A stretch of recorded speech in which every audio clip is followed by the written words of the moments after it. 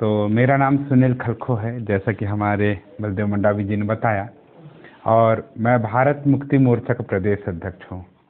और ये Bharat Mukti Morcha SC ST OBC के लोगों को ये संगठित करने का काम करता है। और संगठित किस लिए करता है, हम लोगों को थोड़ा सा इसके विषय में भी जानकारी हासिल करनी होगी। तो साथियों, हमारे SC ST OBC के लोगों को ही हम लोग क्यों इकट्ठा करते हैं, मैं आप लोगों को बताना चाहता हूँ। हजारों सालों से हमारे SC ST OBC के ऊपर में ही अन्याय और अत्याचार हो रहा है। ये हजारों सालों से, ये आज या कल का घटना नहीं है, बल्कि ये हजारों सालों से ये घटित घटना आज तक हमारे साथ में हो रही है। और आज भी ये जो घटना है वो हम लोगों के सामने में आती है।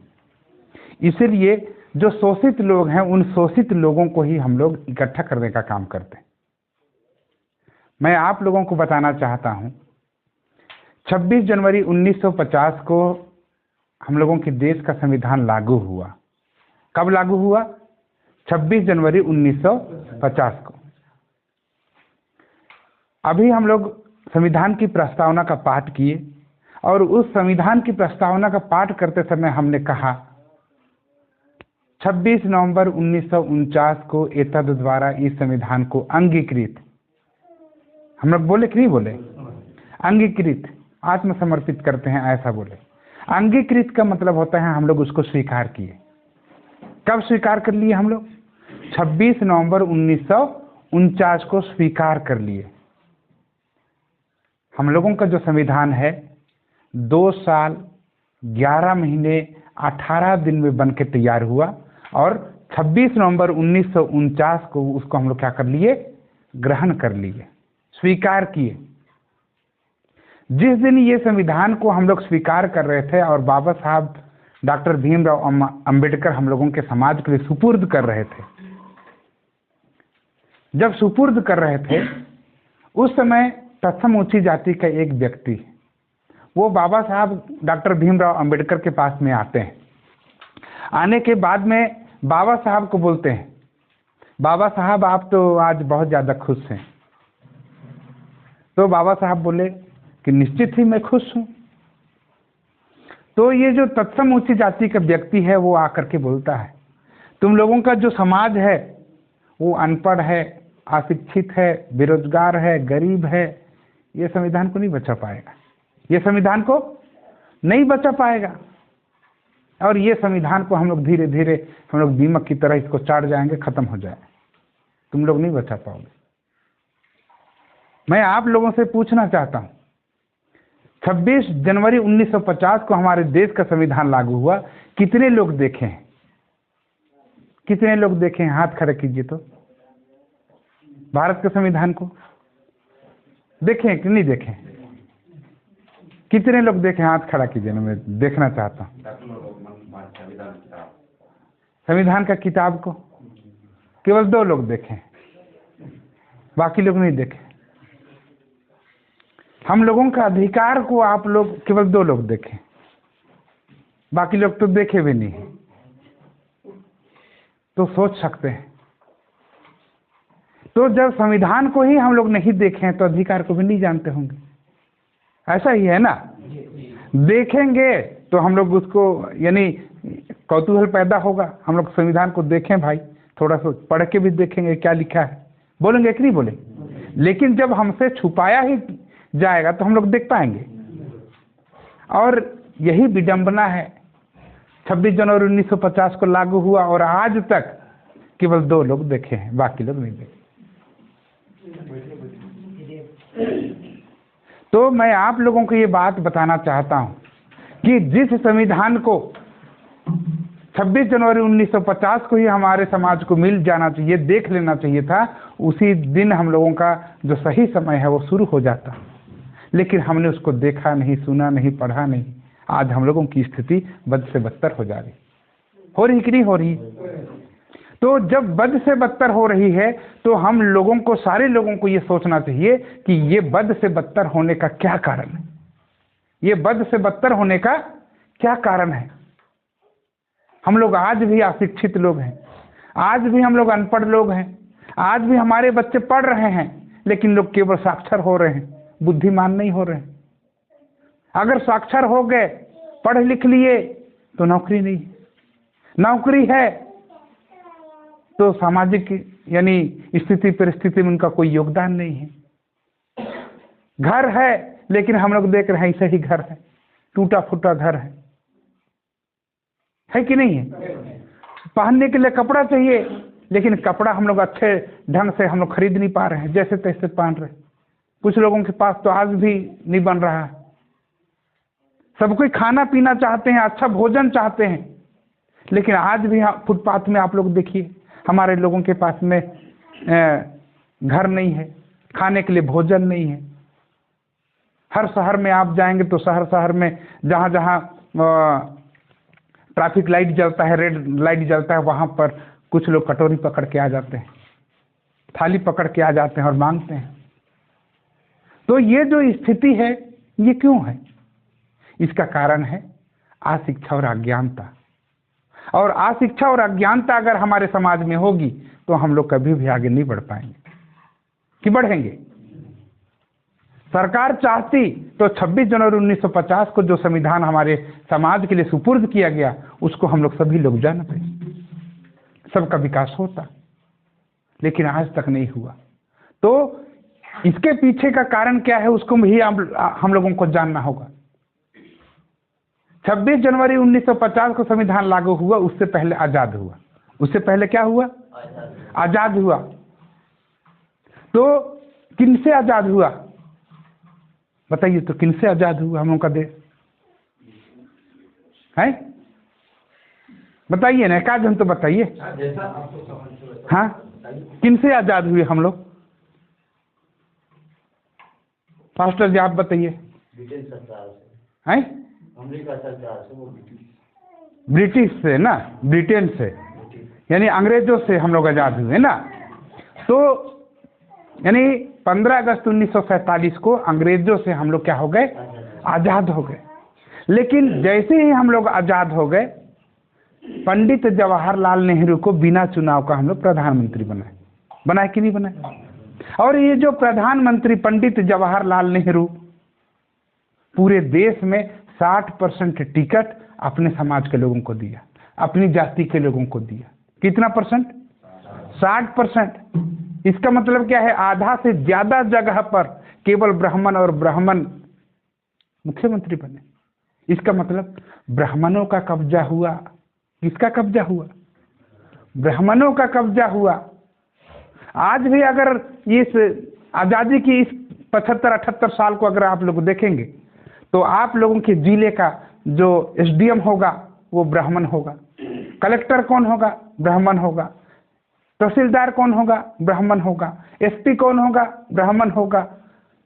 और आप न्यायालय में जाएंगे तो उसका न्यायाधीश ब्राह्मण होगा।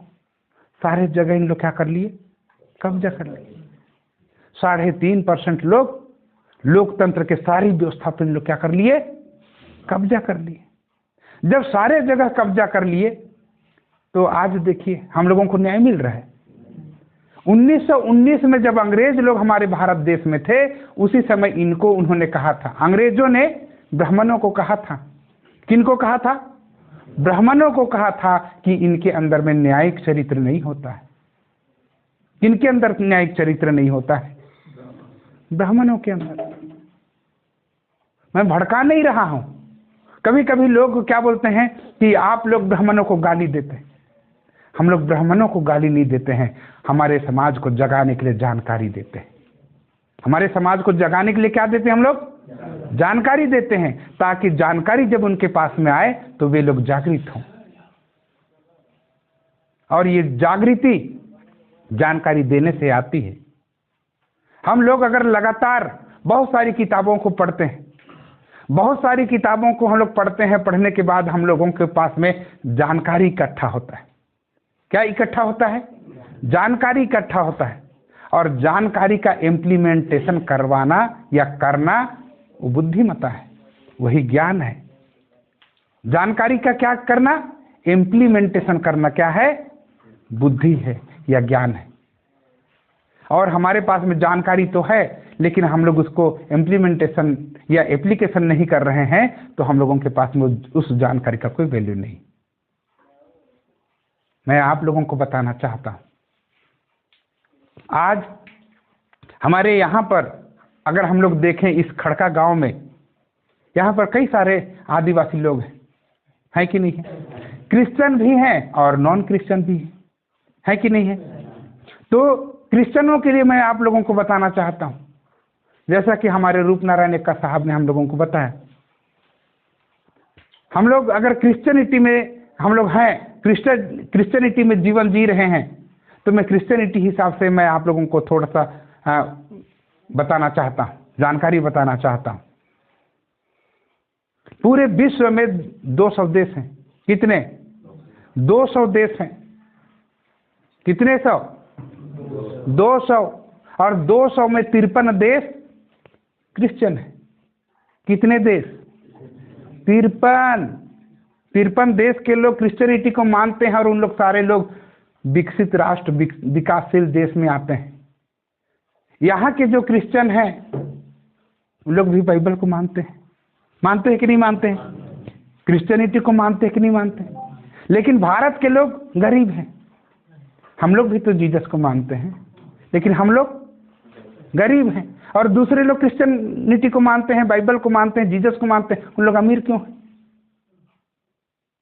उनके जैसा हम लोगों को होना चाहिए कि नहीं होना है? हमारे पास में तो क्रिश्चियनों के पास में तो शिक्षा है कि नहीं है? लेकिन फिर भी गरीब हैं। क्यों? मैं आप लोगों को बताना चाहता हूँ, यहाँ पर जो मुख्य वो है संदेश है, उस संदेश को हम लोगों ने शायद नहीं देखा होगा, नहीं सुना होगा। यूहन्ना रचित सुसमाचार अध्याय 8 पर संख्या 32 में लिखा हुआ है, सत्य को जानोगे, सत्य तुम्हें स्वतंत्र करेगा। क्या करेगा? स्वतंत्र करेगा। तो सच्चाई क्या है? बाइबल तो बोल रहा है ना कि सत्य को जानोगे, सत्य तुम्हें स्वतंत्र कर देगा। करेगा कि नहीं करेगा? तो सच्चाई क्या है? तो सच्चाई ये है साथियों कि हम लोग इस देश के मालिक लोग हैं। यहाँ के जो SC ST OBC के लोग हैं, उन लोग इस देश के क्या हैं? मूल निवासी हैं, मालिक लोग हैं। और मालिकों को ही अपना मालिकाना अधिकार पता नहीं। हमारे देश में संविधान लागू हुआ, ये 74-75 साल बीत गया, यहाँ के लोगों को, यहाँ के मालिकों को अपना संविधान पता नहीं। बाइबल बोल रहा है कि तुम लोग सत्य को जानो और सत्य तुमको आजाद कर देगा। और हम लोग आज तक बाइबल पढ़ते रहे, किसी का 10 साल, किसी का 20 साल, किसी का 1 पीढ़ी, 2 पीढ़ी, 3 पीढ़ी बीत गया, लेकिन हम लोग उस सच्चाई तक नहीं पहुंच पाए। हम लोग नहीं पहुंच पाए। मैं आप लोगों को बताना चाहता हूं, आदिवासियों को, मूल निवासियों को बताना चाहता हूं, हम लोग इस बस्तर संभाग में हम लोग रह रहे हैं, और बस्तर संभाग की इस कोंडागांव, इस खड़का कोंडागांव जिले के इस खड़का गांव में आज हम लोग यहाँ पर सभा करके, मीटिंग करके हम चर्चा परिचर्चा कर रहे हैं कि नहीं कर रहे हैं? संविधान में इस बस्तर संभाग को शेड्यूल एरिया घोषित किया है। क्या घोषित किया है? शेड्यूल एरिया, माने जहां पर आदिवासी लोग रहता है उस जगह को शेड्यूल एरिया कहा जाता है। जहां पर आदिवासी लोग रहते हैं उसको शेड्यूल एरिया कहा जाता है। अगर संविधान का 244 को हम लोग खोल करके पढ़ेंगे तो उसमें लिखा हुआ है, प्रशासन और नियंत्रण आदिवासियों के हाथ में होगा। प्रशासन और नियंत्रण आदिवासियों के हाथ में होगा। इसका मतलब आप लोगों के हाथ में होगा।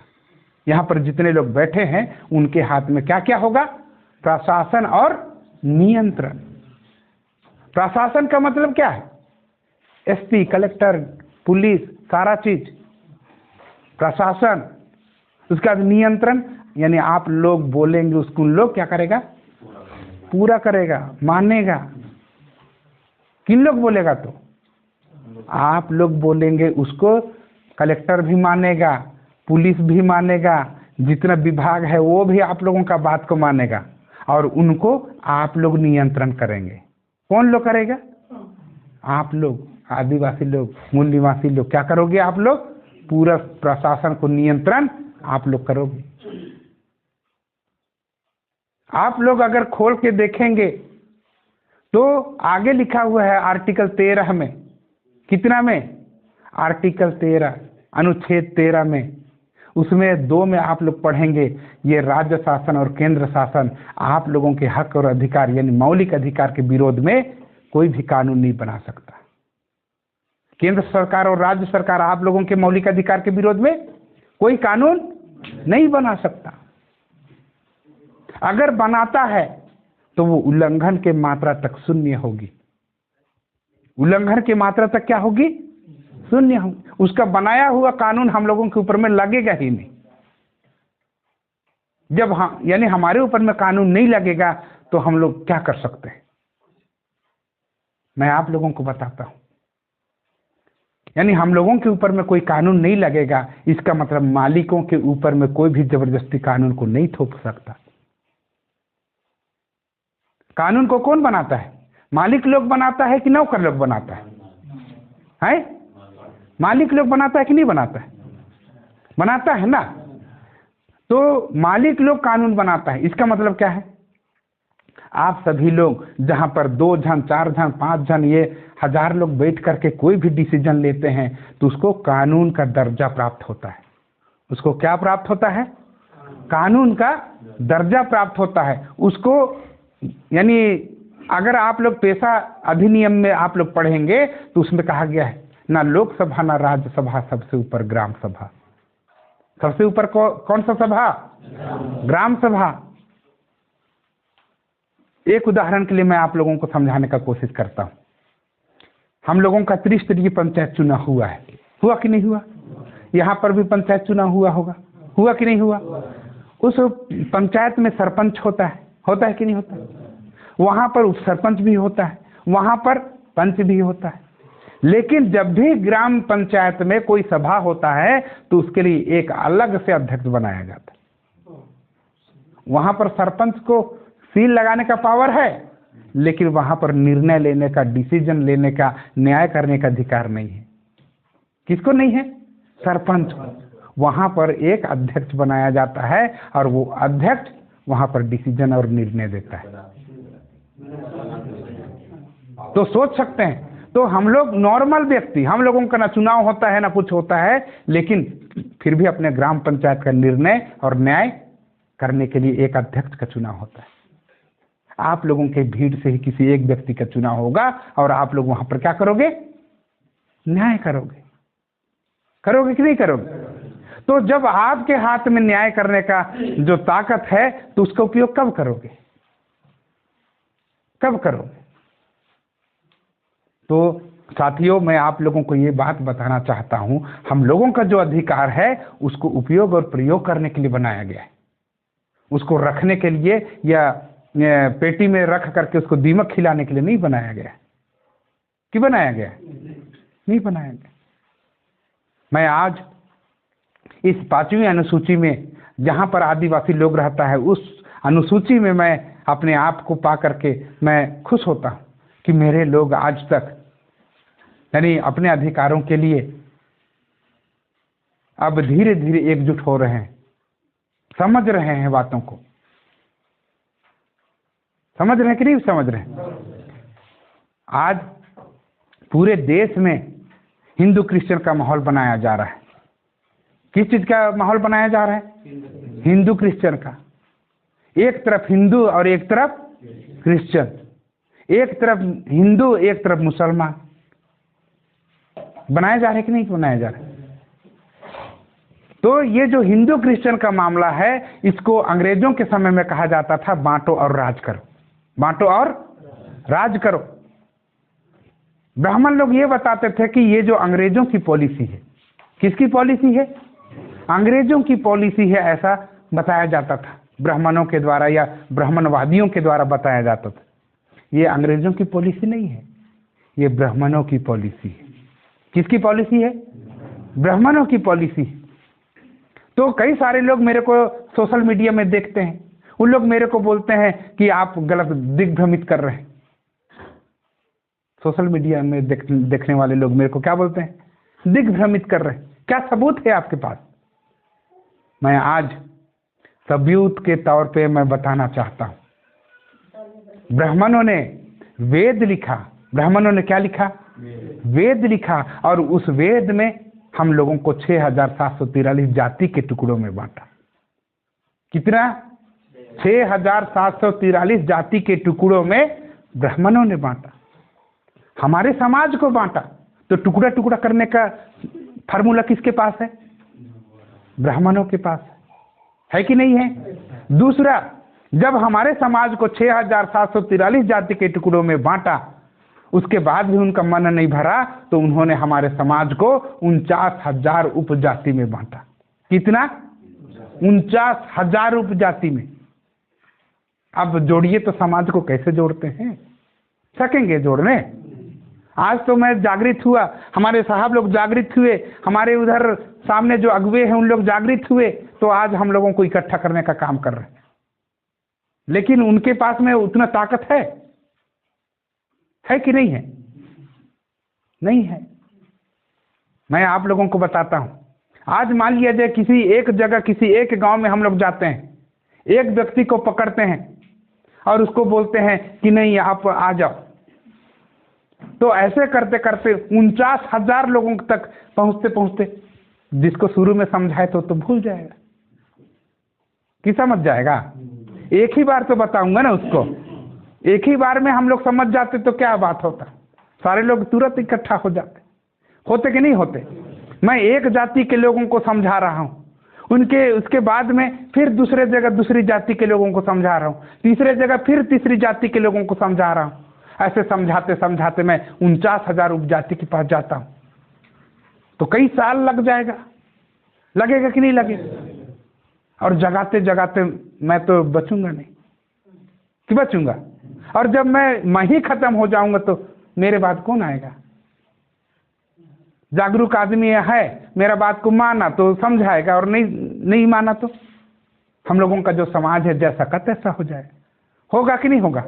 तो इतना बड़ा षड्यंत्र हमारे समाज के साथ में इन्होंने किया। आज सारे लोग सोच रहे हैं कि कोई आएगा हम लोगों को जगाएगा। कोई आएगा? कौन आएगा? मैं आज गौतम बुद्धा को याद करता हूं। गौतम बुद्धा ने कहा, अगर समस्या तुम्हारी है तो समाधान भी तुम्हें ही निकालना होगा। अगर समस्या तुम्हारी है तो समाधान तुम्हें लोगों को करना होगा। समाधान किसको करना होगा? हम ही लोगों को करना होगा, आप लोगों को करना होगा। मैं आज ये बात बताना चाहता हूं, हमारे समाज ने बहुत सारा चीज या बहुत सारे महापुरुषों को खोया है। इससे आगे हम अपने महापुरुषों को नहीं खोना चाहते। कि खोना चाहोगे आप लोग? हैं? तो इसके लिए हम लोगों को क्या करना होगा? क्या करना होगा?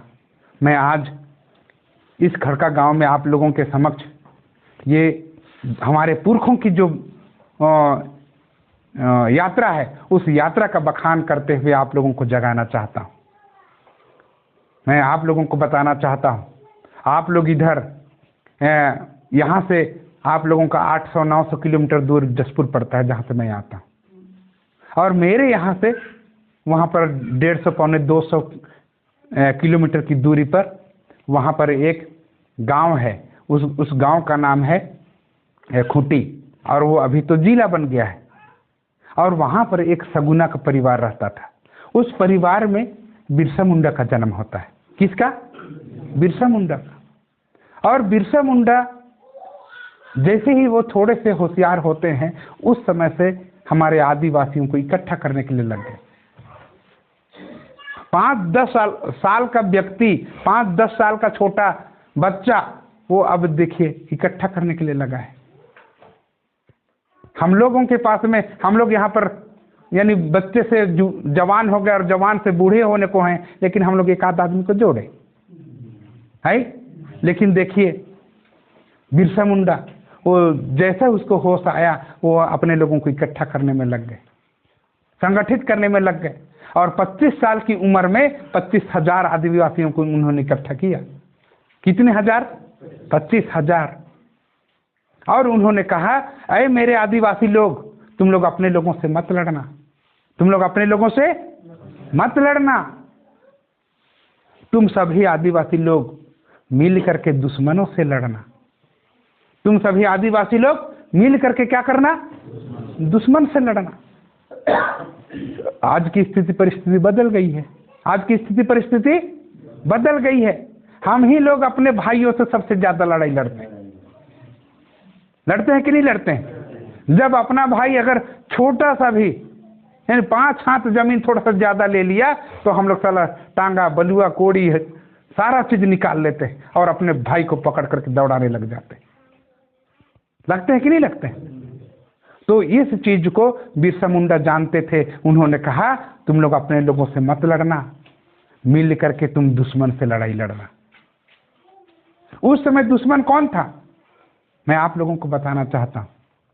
पूंजीपति लोग, जमींदार लोग, अंग्रेज लोग और अंग्रेजों के दलाल लोग, ये सभी हमारे समाज के कौन थे? दुश्मन थे। उनसे वो लड़ाई लड़ रहे थे। और उन्होंने कहा, ऐ मेरे आदिवासी लोग, तुम लोग अगर अपने मान सम्मान और स्वाभिमान को जागृत नहीं करोगे तो अपने जल जंगल जमीन और अपने बहन बेटियों की रक्षा कैसे कर पाओगे? बिरसा मुंडा क्या बोल रहे हैं? अपने मान सम्मान और स्वाभिमान को जागृत नहीं करोगे तो अपने जल जंगल जमीन और बहन बेटी की रक्षा कैसे कर पाओगे? आज अगर हम लोगों का मान सम्मान जिंदा होता तो हम लोग अपने अधिकारों को मांगते, लेकिन हम लोगों का जो मान सम्मान स्वाभिमान है ना, वो लगभग इनके शासन में हम लोगों का अंतिम सांस ले रहा है। ले रहे हैं कि नहीं ले रहे? हम लोग गरीबी में जीवन जीना पसंद कर रहे हैं, लेकिन फिर भी हम लोग आवाज नहीं उठा रहे। हमारा बच्चा नंगा घूम रहा है, हमारा बच्चा को कपड़े का जरूरत है, हमारे बच्चे को शिक्षा का जरूरत है। इतना परेशानी है, इतना लाचारी, इतना बेगारी है, लेकिन हम लोग बाप लोग देखिए, उनका बाप का जो दिल है वो नहीं पसीज रहा है, दुखे नहीं हो रहा। क्यों हो रहा है? अंतिम सांस ले रहे कि नहीं ले रहे? स्वाभिमानी है, मान सम्मान, अंतिम सांस ले रहे कि नहीं है? हमारे लोगों को अगर आप लोग अगर तुलना करें तो बैलर मुर्गा जैसा तुलना कर सकते हैं हम लोग। बैलर मुर्गा से एक बैलर मुर्गा को आप निकालेंगे, दूसरा जो बैलर मुर्गा है वो दाना चुगने में लगे रहता है। इधर उसका जो वो रहता है, जो काटने वाला रहता है, उसका पंख को उखाड़ता है, उसका पूरा क्या बोलते हैं उसको, जितना पंख है उसको ऐसा पूरा नोचते रहता है, लेकिन दूसरा मुर्गा ध्यान नहीं देता है। वैसे ही हमारे समाज में एक व्यक्ति के ऊपर में अन्याय और अत्याचार होता है, दूसरा आदमी देखते रहता है, नहीं देख रहा है। तो हम लोगों की स्थिति उस मुर्गी से भी, उस बैलर से भी हम लोगों का बदतर हो गया। हम लोगों का दिल, हम लोगों का स्वाभिमान, हम लोगों का मान सम्मान पता नहीं कहाँ खो गया है।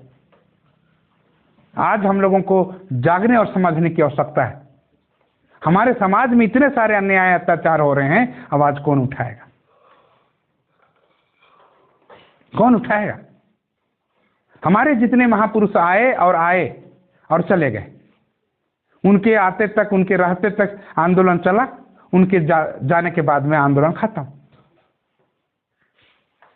मैं आप लोगों को बताना चाहता हूं, बाबा साहब डॉक्टर भीमराव अंबेडकर जब इस दुनिया में थे, उस समय बाबा साहब डॉक्टर भीमराव अंबेडकर हम लोगों को बोले, हमारे समाज को बोले, आप लोग, मेरे समाज के लोग, यानी मेरी जय जयकार मत करना, मेरी जय जयकार मत करना, मेरे अधूरे सपने को पूरा करने के लिए जान की बाजी लगा देना।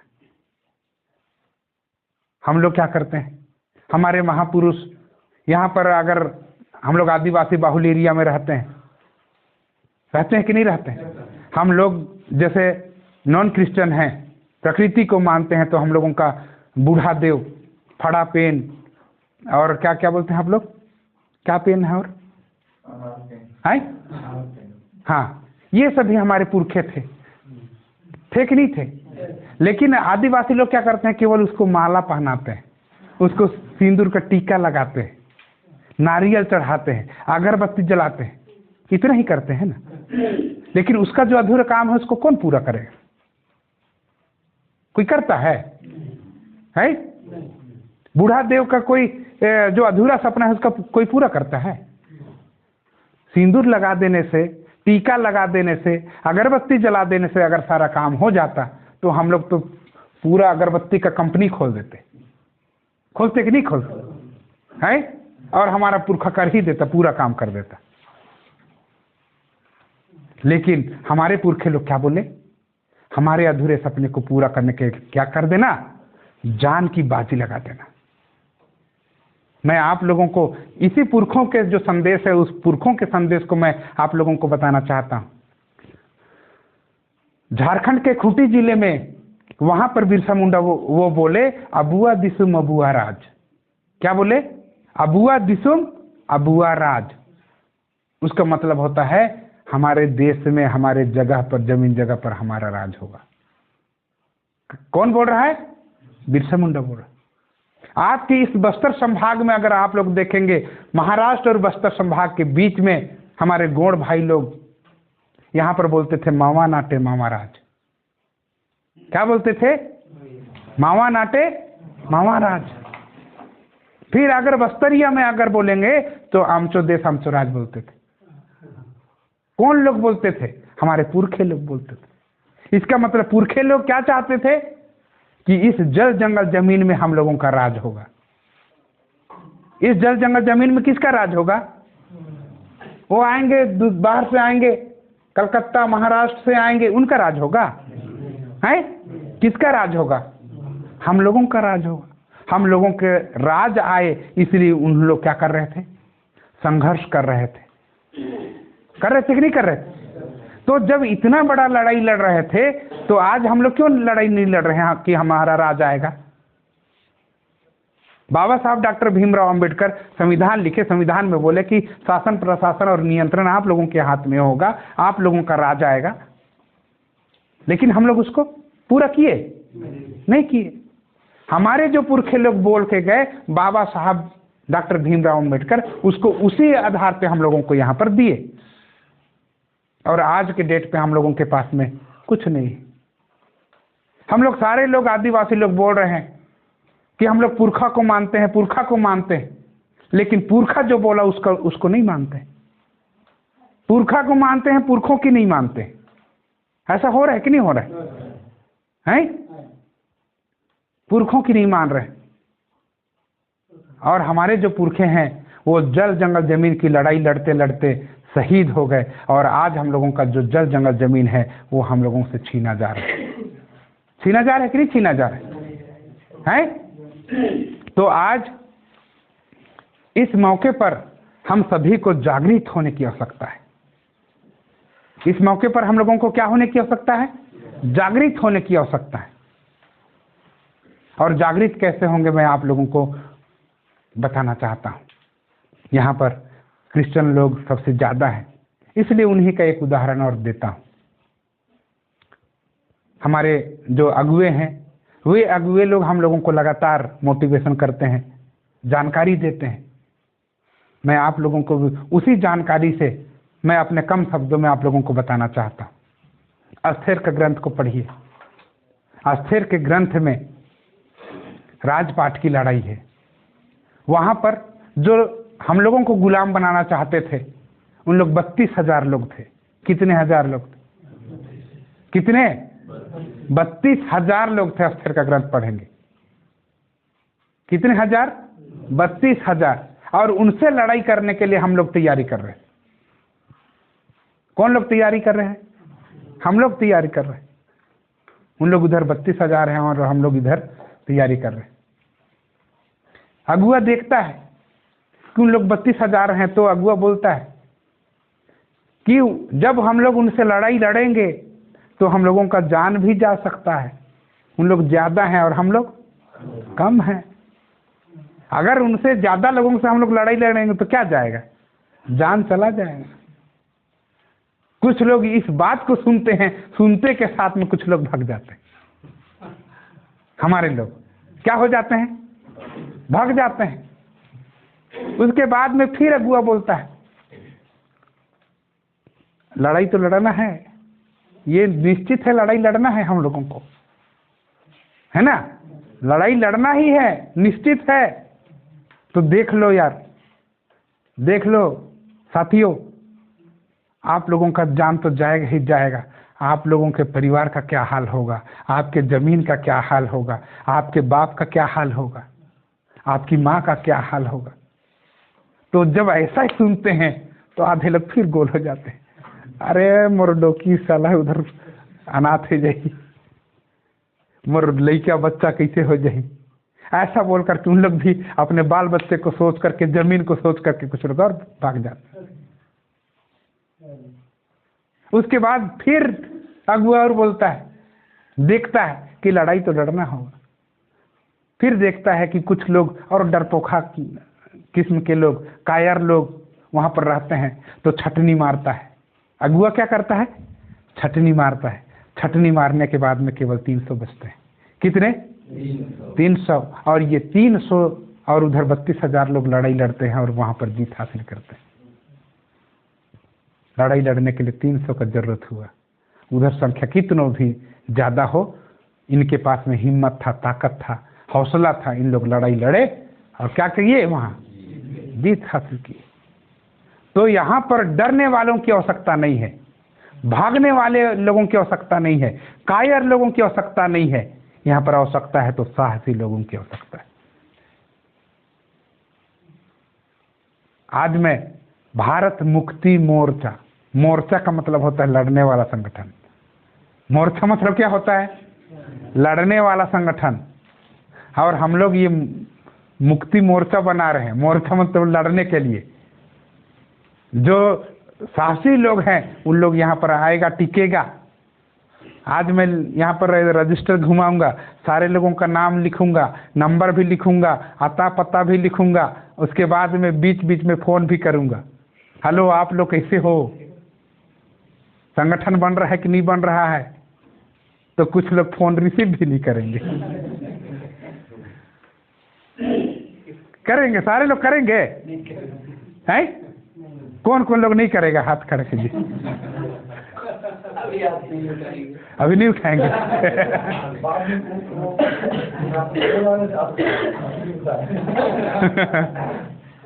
तो साथियों देखिए, तो बाइबल हम लोगों को बताती है डरपोक लोग अपना राज को हासिल नहीं कर सकते। आदिवासी लोग अगर डर जाएंगे तो अपना राजपाट को कभी हासिल नहीं कर पाएंगे। हमारे पुरखे लोग, अगर आप लोग यहाँ पर देखेंगे, एक सगुना का तो मैं बताया, मैं वहाँ पर झारखंड और गया था, और उस झारखंड में वहाँ पर एक बुद्धू भगत करके थे।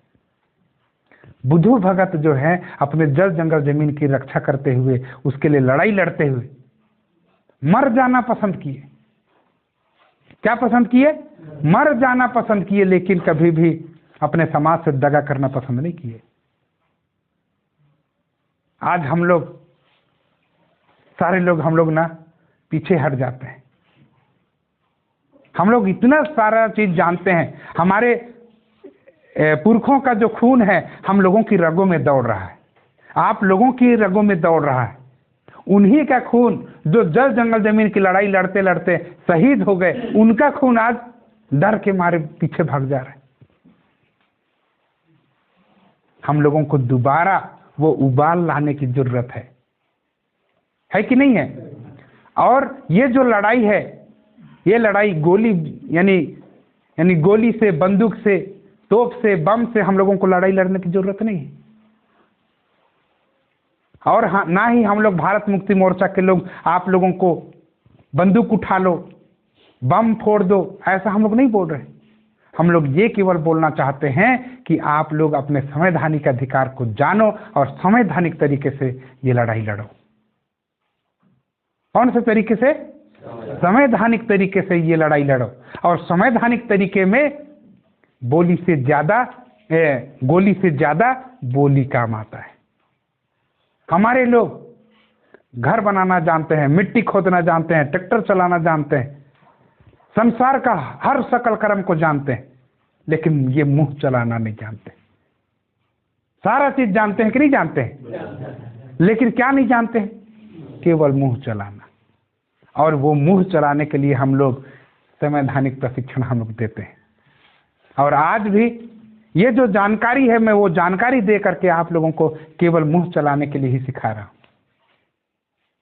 साथियों, आज पूरे देश में आदिवासियों की जो स्थिति परिस्थिति है, उससे अगर देखा जाए तो हम लोग दोबारा गुलामी की तरफ बढ़ रहे हैं। दोबारा किसकी तरफ बढ़ रहे हैं? गुलामी की तरफ बढ़ रहे हैं। दोबारा गुलामी की तरफ बढ़ रहे हैं। तो हमारे जो महापुरुष हुए, वो महापुरुष हम लोगों को बोलते थे, गुलामों को गुलामी का एहसास करा दो, गुलामों को गुलामी का एहसास करा दो, वे अपनी बेड़ियां खुद तोड़ डालेंगे। अपनी बेड़ियों को क्या करेंगे उन लोग? खुद तोड़ डालेंगे। तो आज हम लोगों की जो गुलामी की बेड़ियां हैं, वो बेड़ियां हम लोगों के हाथों में, हम लोगों के पैरों में लगातार धीरे धीरे लग रहा है। कैसे लग रहा है मैं आप लोगों को बताता हूं। बच्चे को हम लोग जन्म देते हैं। क्या देते हैं हम लोग? जन्म देते हैं। जैसे हम लोग जन्म देते हैं, उसका टीका कौन लगाता है? सरकार लगाता है कि नहीं? उसका पढ़ाई का खर्चा कौन देता है? सरकार देता है कि नहीं देता है? जब बड़ा हो जाता है, उसका शादी का खर्चा कौन देता है? सरकार। शादी कर लेता है, उसको घर कौन देता है? सरकार। और उस घर में खाता पीता है, उसके बाद लेटरिन करने कहाँ जाएगा? टॉयलेट कौन देता है? सरकार। है देता है कि नहीं देता? उसके बाद में हम लोग खाते पीते ऐसे ही मर जाते हैं। मरते हैं कि नहीं मरते हैं? तो उसको भी, उसके लिए 2000 रुपये पैसा देता है। कौन देता है? सरकार। तो हम लोगों का क्या बाकी बचा जिसको नहीं देता है सरकार? हम लोग इंडिपेंडेंट हैं? स्वतंत्र हैं हम लोग? नहीं हैं। हम लोग दूसरों के दिए हुए एहसान पर हम लोग जीवन जी रहे। हम लोगों का समाज ऐसा समाज नहीं था जो दूसरों के टुकड़ों पर पलता था। हम लोगों का समाज, हम लोगों का आदिवासी ऐसा बिल्कुल नहीं था। अपने से कमाता था। बच्चे 10-10 जन होते थे, 20-20 जन होते थे, लेकिन सबको पालने का ताकत रखता था। रखता था कि नहीं रखता था? रखता था ना। सारा चीज अपने हाथों से वो करता था। लेकिन आज हम लोग इतने बैलर, तो बैलर ही हैं हम लोग। सारा चीज सरकार दे रहा है। तो आज अगर हम लोग मान सम्मान को अगर इसको जागृत करते हैं, तो हम लोग इंडिपेंडेंट होंगे, स्वतंत्र होंगे, और हम लोग खाने वाले नहीं बल्कि हम लोग देने वाले बनेंगे। बनेंगे कि नहीं बनेंगे? आज हम लोगों के यानी बाल बच्चों का जो भविष्य है, वो अंधेरा में अब धीरे धीरे आगे बढ़ता जा रहा है। हम लोग तो जैसे तैसे जी लिए, लेकिन हम लोगों के बाल बच्चों का क्या होगा? आज इस मौके पर मैं आप लोगों को बताना चाहता हूं, इस मौके पर हम लोगों को, सारे लोगों को ये कोशिश करना होगा कि हम लोगों का जीवन तो जैसे तैसे कट गया, लेकिन हमारे भविष्य का, माने हमारे बच्चों का ये भविष्य अंधेरा ना हो, इसलिए हम लोगों को काम करना होगा। काम करना होगा कि नहीं करना होगा? है? मैं आप लोगों को एक उदाहरण बताता हूं। जंगल में आग लगा। जंगल में क्या लगा? आग लगा। जैसे ही आग लगा तो शेर, भालू, चीता, हाथी, लकड़बग्गा, सारे लोग निकल निकल के भाग रहे। जंगल में आग लगा है, सारे लोग क्या कर रहे हैं? भाग रहे हैं। तो जब जंगल में आग लगा तो वहां पर एक लिटिया जो चिड़िया होता है, सबसे छोटा चिड़िया नहीं रहता, क्या चिड़िया बोलते हैं उसका? लिटी ना। हाँ, वो चिड़िया क्या देखा कि जंगल में आग लगा है, और अगर जंगल खत्म हो जाएगा तो सारे लोग कहाँ जाएंगे? तो वो जो लिटी चिड़िया है ना, वो जाता है नदी में और पानी में अपना चोंच को डुबाता है और लेके आता है, दौड़ उड़ते उड़ते आता है और वहां पर डालता है। हाथी देखता है, सबसे बड़ा जानवर। अबे लिटी, तू छोटा सा चिड़िया, कितना पानी डालेगा, साला बुझेगा, भाग तो भी। तब वो लिटी जो चिड़िया है वो बोलता है कि जंगल में आग लगा था, जंगल बुझाने वालों में मेरा नाम होगा, और जंगल को छोड़ करके भागने वालों में तुम्हारा नाम होगा। तो आज इस भारत देश में आग लगा हुआ है, सारे लोग गरीबी में भाग रहे हैं, लाचारी में उधर इधर भाग रहे हैं। आग बुझाने का काम कौन करेगा? करेंगे आप लोग कि नहीं करेंगे? करेंगे ना। तो अगर हम लोग छोटा छोटा प्रयास करेंगे और सारे लोग करेंगे तो उस जंगल की आग को हम लोग बुझा सकते हैं। बुझाएंगे? तो साथियों, आप लोगों का जो रिस्पॉन्स अब धीरे धीरे बढ़ रहा है, इसका मतलब ये है आप लोगों के अंदर में धीरे धीरे वो बीज पहुंच चुका है। तो मैं आज आप लोगों को बताना चाहूंगा कि आज जो स्थिति परिस्थिति का निर्माण हुआ, ये कांग्रेस बीजेपी ने हम लोगों के बीच में पैदा किया है। इसलिए पैदा किया है, ये जन्मजात हम लोगों का प्रॉब्लम नहीं है, समस्या नहीं है, लेकिन इसको कांग्रेस और बीजेपी ने क्या किया है? पैदा किया है, जबरदस्ती हम लोगों के ऊपर में थोपा है, जबरदस्ती। सबसे पहले हमारे देश में कांग्रेस का राज आया, आया कि नहीं आया?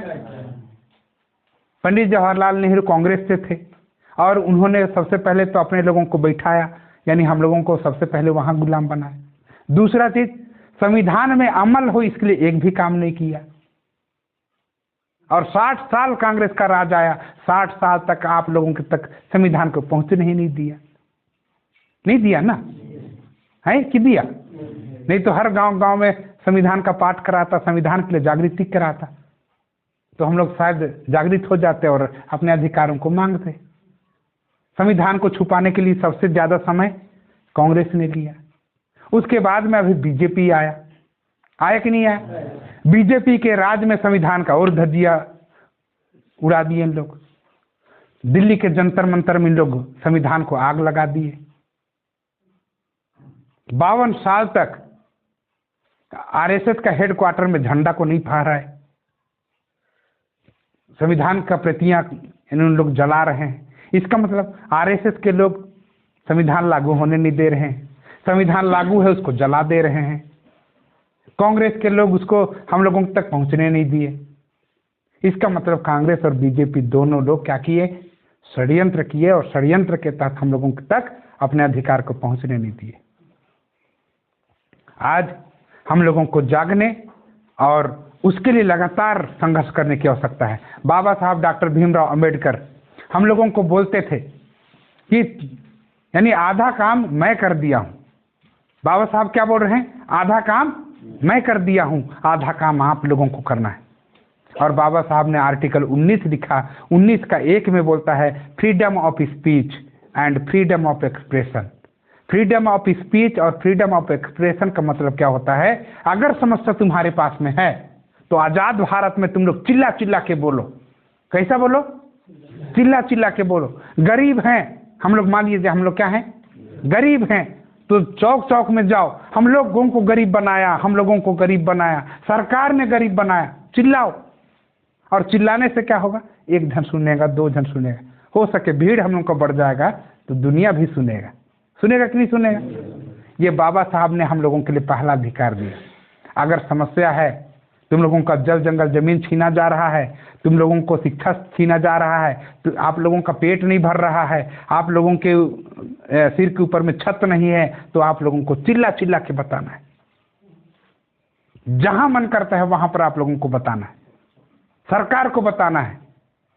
ये पहला अधिकार बाबा साहब ने आर्टिकल 19 में दिया। दूसरा में, जब आप लोग चिल्लाओगे, हो सके वहां पर पुलिस आएगा और आप लोगों के ऊपर में डंडा बरसाएगा। हड़ताल करने वालों को डंडा मारता है, मारता है कि नहीं मारता? हमारे बच्चे लोग पढ़ लिख करके रायपुर में आंदोलन करने के लिए गए, जो डीएड बीएड किए उन लोग, तो उनको मार मार के भगा दिया। भगा दिया कि नहीं है? जब भी हमारे बच्चे लोग पढ़ते हैं, लिखते हैं और इस लायक बनते हैं कि लोग नौकरी कर सकें, अपने घर की स्थिति परिस्थिति को सुधार सके, तो ऐसे लोग जब चिल्लाने जाते हैं तो उन लोगों को सरकार क्या करता है? डंडा मारता है। मारता है कि नहीं मारता है? जब ऐसे करता है उस समय हम लोगों को बाबा साहब बोलते हैं ये दूसरा नंबर का अधिकार तुम लोगों के लिए दिया हूं, तुम लोग संगठित हो जाओ। क्या हो जाओ? संगठित हो जाओ।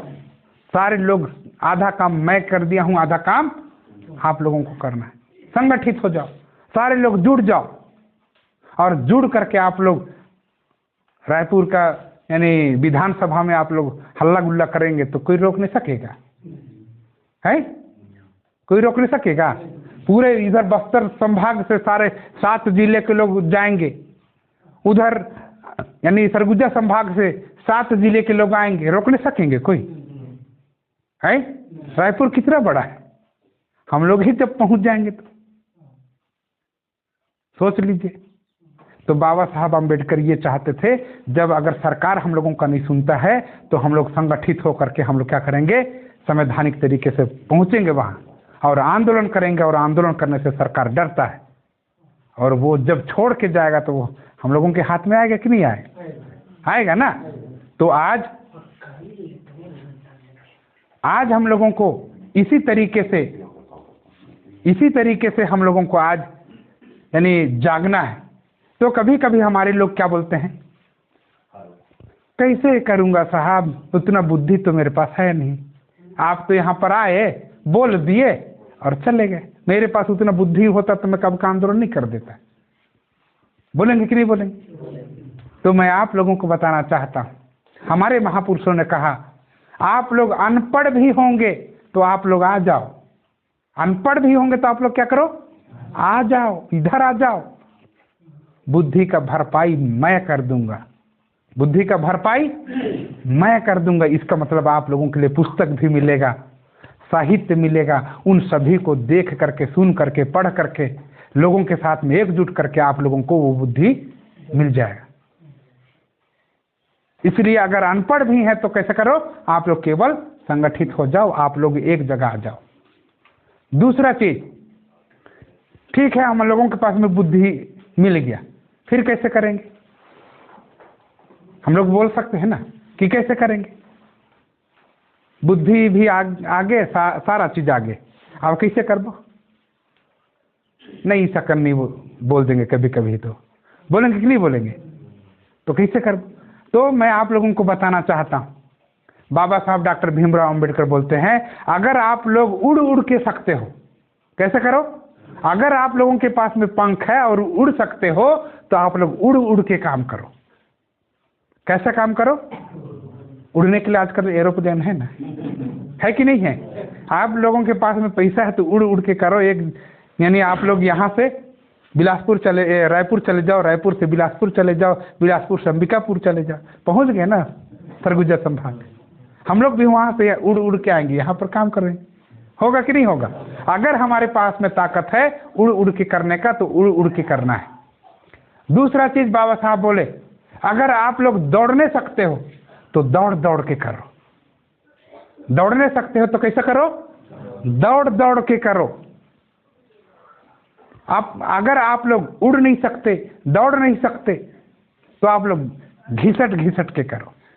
मैंने मान लिया एक पैर लंगड़ा हो गया तो अब दौड़ते तो नहीं सकते, तो आप लोग ऐसा घिस घिस के करो, लेकिन करो, है ना?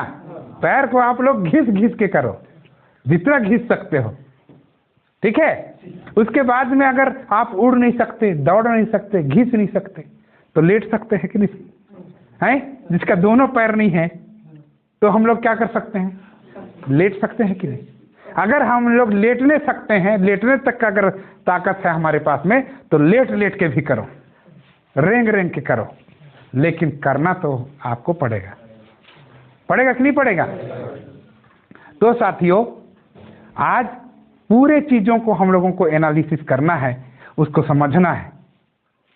थोड़ा सा देखिए तो एनालिसिस करना है हम लोगों को, ठीक है?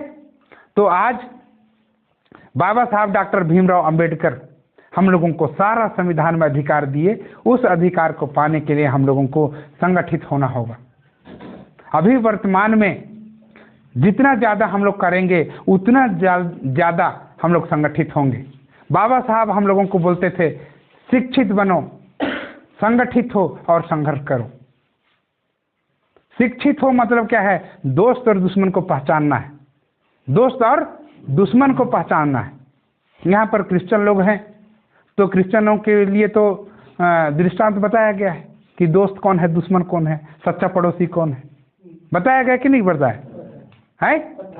जो आपके समर्थन में जब आप गिर जाते हैं तो आपका ट्रीटमेंट कराता है, पट्टी बांधता है, खाना खिलाता है, उसके बाद में आपको घर तक पहुंचा भी देता है, वो आपका सच्चा पड़ोसी है कि नहीं? वैसे ही यहाँ पर जो आप लोगों के लिए, आपके संवैधानिक अधिकार के लिए आवाज उठाता है, आप लोगों के लिए लड़ता है, आप लोगों को अधिकार दे जाता है, वो कौन क्या होगा? आपका दोस्त हो सकता है कि नहीं? हो सकता है ना? तो इसी को शिक्षित होना बोलते हैं। अपने दोस्त को और दुश्मन को पहचानना होगा, दोस्त को और दुश्मन को पहचानना होगा। तो आज उसके बाद में दूसरा संगठित होना है। दूसरा क्या होना है? संगठित होना है। संगठित होने के लिए क्या करना होगा? मैं आप लोगों को बताता हूं। बिरसा मुंडा 25,000 लोगों को इकट्ठा किया और उनको क्या बोला? मिल करके किससे लड़ना? दुश्मन से। संगठित होने के लिए वहां पर बोले कि नहीं बोले? दूसरा चीज, कभी कभी हमारे क्रिश्चियनों के लिए ये समस्या आता है। क्रिश्चियनों के लिए क्या आता है? समस्या आता है। और समस्या क्या है मैं आप लोगों को बताता हूं, है ना? समस्या क्या है मैं आप लोगों को बताता हूं।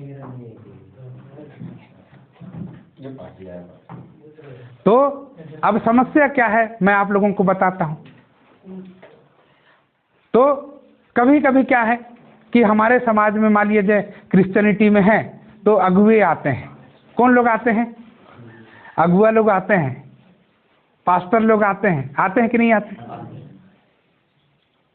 और धीरे धीरे क्या होता है? कलीसिया बढ़ता है, मंडली बढ़ता है। विश्वासी लोग बढ़ते हैं कि नहीं बढ़ते हैं? बढ़ते हैं।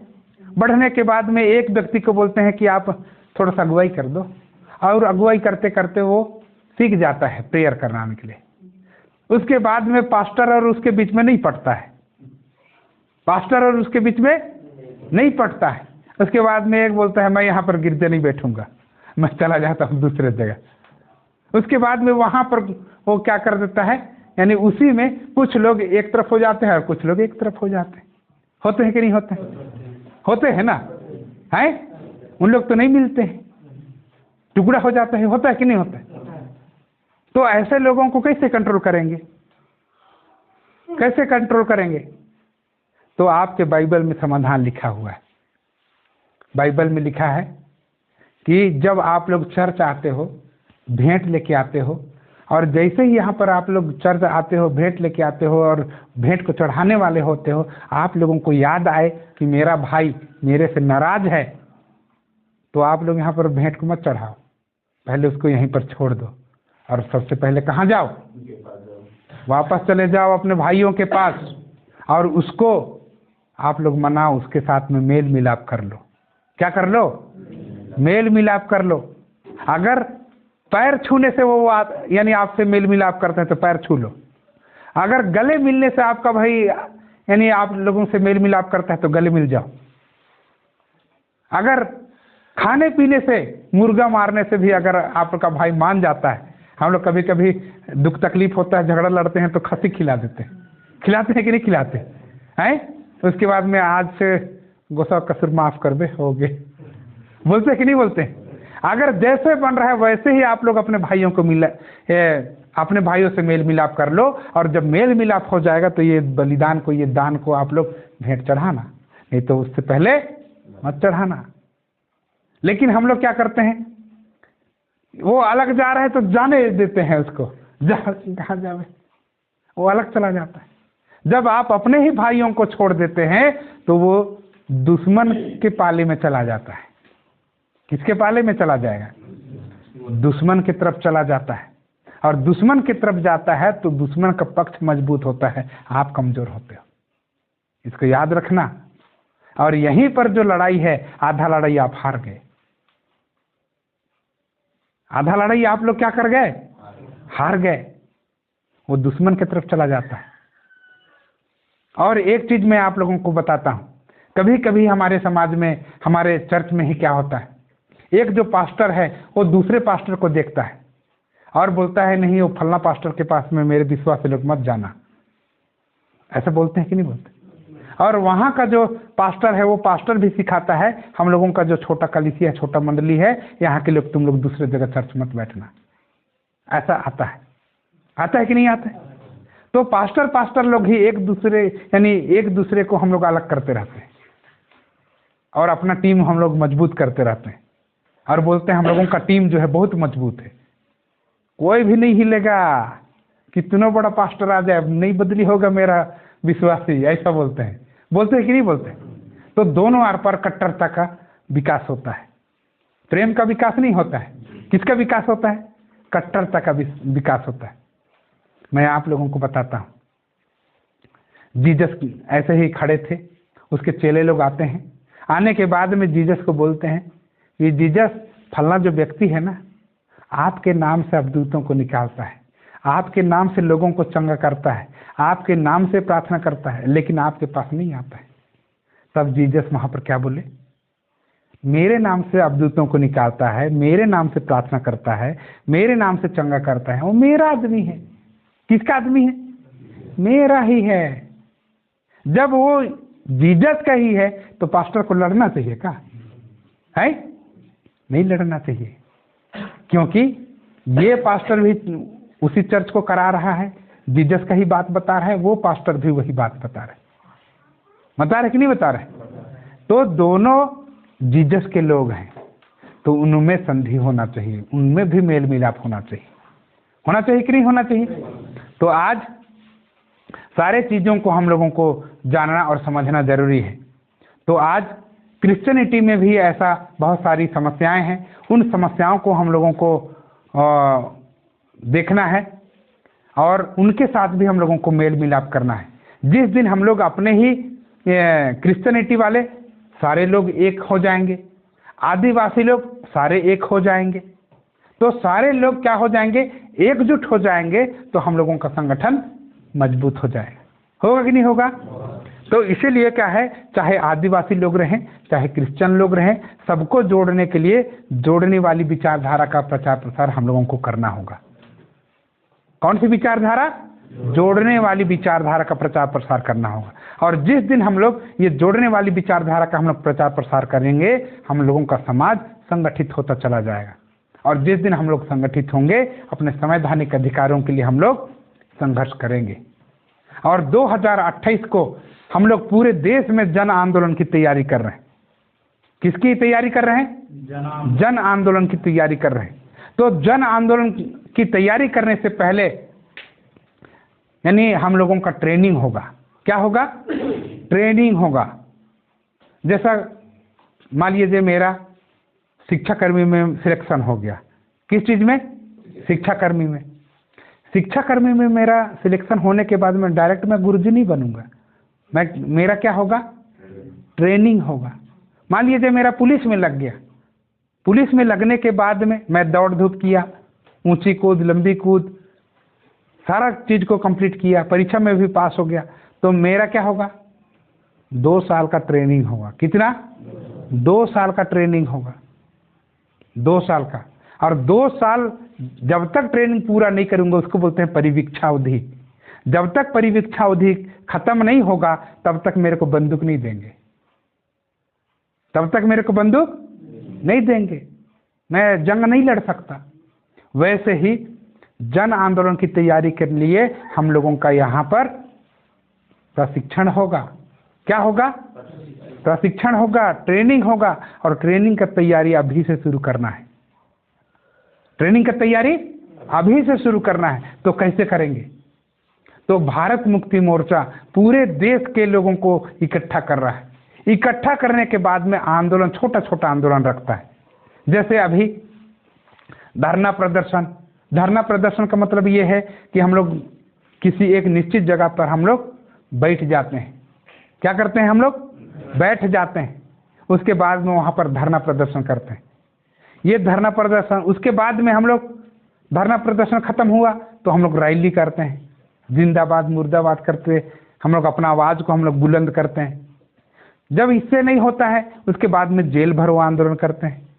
जेल भरो आंदोलन अगर सफल उसमें ट्रेनिंग होगा, उसके बाद में हम लोग क्या करेंगे, जन आंदोलन करेंगे। जन आंदोलन बड़ा आंदोलन है, पूरे देश का आंदोलन है। तो ऐसा ही हम लोगों को छोटा छोटा से हम लोग धीरे धीरे बड़े होते हैं। तो हम लोग पूरे देश में जन आंदोलन की तैयारी कर रहे हैं और इसी को हम लोग इसी के परिपालन में अभी 4 तारीख को 4 अप्रैल को माननीय वामन मेश्राम साहब वो रायपुर आ रहे हैं। कहाँ पर? रायपुर 4 तारीख को। और यहाँ पर अपने बस्तर संभाग से कम 1000 लोगों को वहाँ पर जाना जरूरी है। कितने लोगों को? 1000। उधर सरगुजा से भी 1000, इधर से भी 1000, बिलासपुर से भी 1000, दुर्ग संभाग से भी 1000 और रायपुर संभाग से भी 1000। टोटल 5000 लोग वहाँ पर पहुँचेंगे। तो सबसे पहले हम लोग वहाँ जाएंगे। दूसरा कार्यक्रम 9 अप्रैल को होगा। कितना को होगा? 9 को होगा। और ये जेल भरो आंदोलन है। क्या आंदोलन है? जेल भरो आंदोलन है। कभी कभी बोलते हैं जेल और भरो, जेल और क्या करो? भरो, जेल भरो, है कि नहीं है 2 शब्द। तो जेल भरो इस आंदोलन है 9 तारीख। कितना तारीख? 9 तारीख। आप लोग कोई गलती किए हैं क्या? हैं? किसी को मारे हैं क्या? किसी का जमीन छीने हैं क्या? किसी बहन बेटी पर अत्याचार किए हैं क्या? कुछ भी नहीं किए। कुछ किए हैं? कुछ नहीं किए हैं। हम लोगों का अधिकार नहीं मिल रहा है, इसलिए हम लोग क्या करेंगे? जेल भरो, बिना गलती का हम लोग जेल भरो करेंगे। कभी कभी डर लगता है कि नहीं लगता है? तो यहाँ पर जेल भरो करेंगे, बने बिना गलती का हम लोग जिंदाबाद मुर्दाबाद करेंगे, जेल जाएंगे। और जैसे ही हम लोगों का वो होगा, शाम को 5 बजे फिर अपने घर आ जाएंगे। जेल भरो का मतलब जेल जाना नहीं है, आंदोलन करना है। समझ रहे हैं ना? तो ये 9 तारीख को होगा। तो ये पूरे छत्तीसगढ़ के प्रत्येक जिले में ऐसा होगा। हम लोग भी उस आंदोलन में रहेंगे, लेकिन हो सके उस आंदोलन में हम लोग यहाँ पर ना आ पाएँ। हम लोग अपने ही जिले में रहेंगे। आप लोगों को ही आपके जिले को संभालना होगा। तो साथियों, आज के इस मौके पर मैं इतनी ही बातें कहता हूँ और अपना जो प्रबोधन है मैं उसे यहीं पर विराम देता हूँ। आप लोगों ने उसे ध्यान से सुना, इसलिए आप सभी का मैं हार्दिक आभार व्यक्त करता हूँ। सभी को जोहार। जय मसीह की जय मुंडा।